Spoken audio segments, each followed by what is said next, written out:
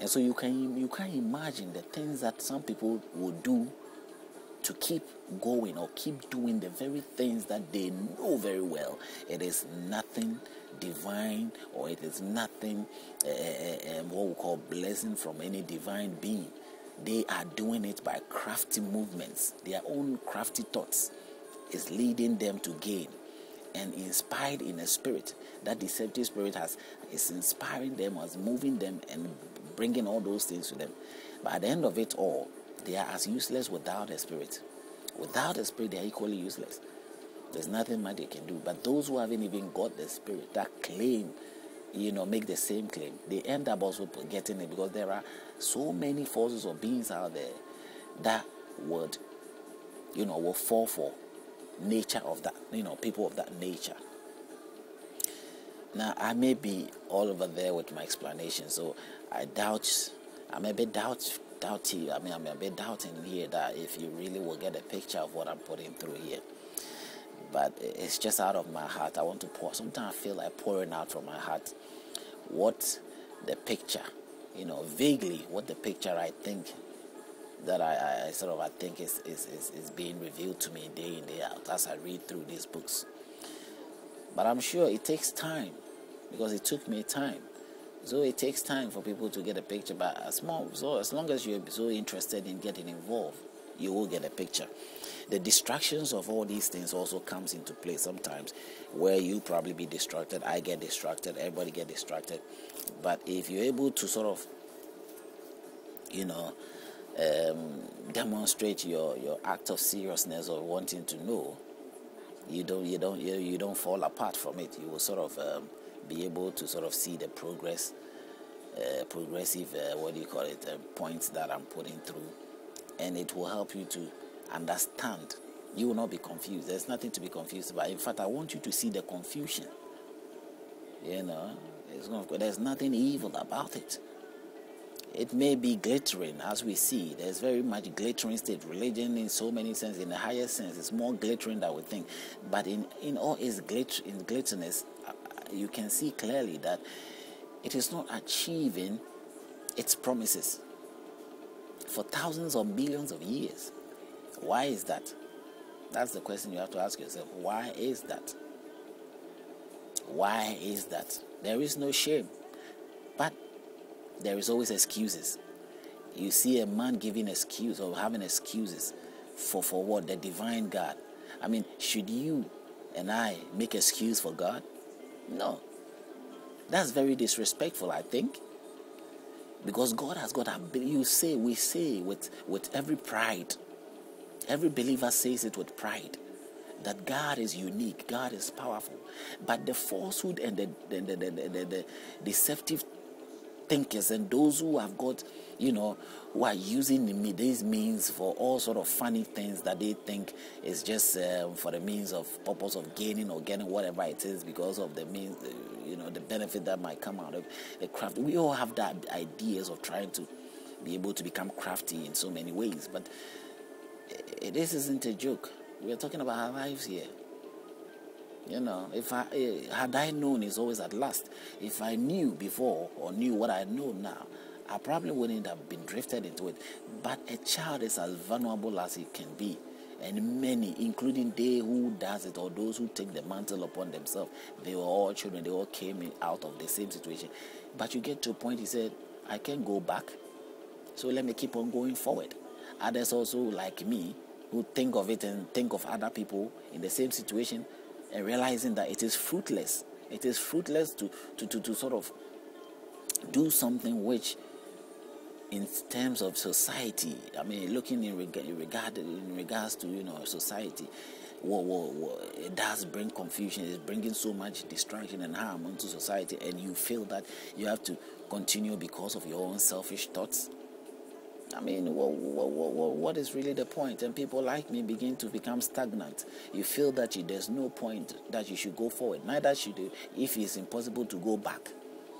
In fact, going back should be the ideal thought that you should have. But if it's impossible to go back, you have to stay where you are.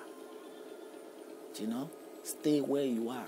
and try to reach out to other people and tell them that, hey, there is a big gap or hole ahead of you guys. If you keep going, you'll fall into it. So don't go. You prevent others, and that's the role of people like me, trying to prevent people to go from going to fall into the pit. Because there's a very huge pit right in front of you, and I don't want you to go and fall into it. Because I've gone there to see it. So if you fall into that pit, and a pit that you can't even come back, that's terrible. But if there's a chance for you for me to point it out to you that you don't fall into the pit, that is what I intend to do. It is a good advice that I have here. There's nothing sinister about it. But I'm afraid to also think that there are others who would think that it is sinister, because if you're in the religious set, you might see it as a negative. Of course, it is a negativity, because it's not a viewpoint to cite in agreement with what is going on. I don't know, and it's not based on envy. No. There is nothing to be envious of. If we consider the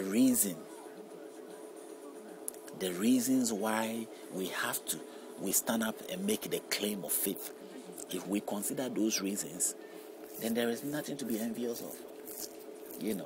Because if you talk about religion, you're talking about life, you're talking about being able to discover all about, what life evolved from, the sources of life and all those things. And it's not something that the promise has been fulfilled. It hasn't been fulfilled. It is still in a state of, a hope. It is still in a state of being, for one to be hoping for. So it hasn't been fulfilled, nor has it been established. So if we consider that and realize that it hasn't been fulfilled and hasn't been established, then it makes religion baseless and useless. It's just that people take advantage of it. People can't take advantage of it. But if we want to talk about the true facts here and how, unfruitful, it has become, then I think there is nothing negative about what I'm saying. In fact, it is even more evidently clear what the facts are, and you don't need me to, or anybody necessarily, to point it out. But it becomes a required thing to point out, because people are refusing to see logic, and their actions is bringing on to people like me and others out there that uncomfortability that we never asked for. Neither did we, in every way continually wants to invite ourselves to put ourselves into that situation, or sort of pull ourselves into that state. The mockery, the unnecessary, characteristics that we sort of exhibit every day. What was it for? There isn't anything in there. Others will also see it as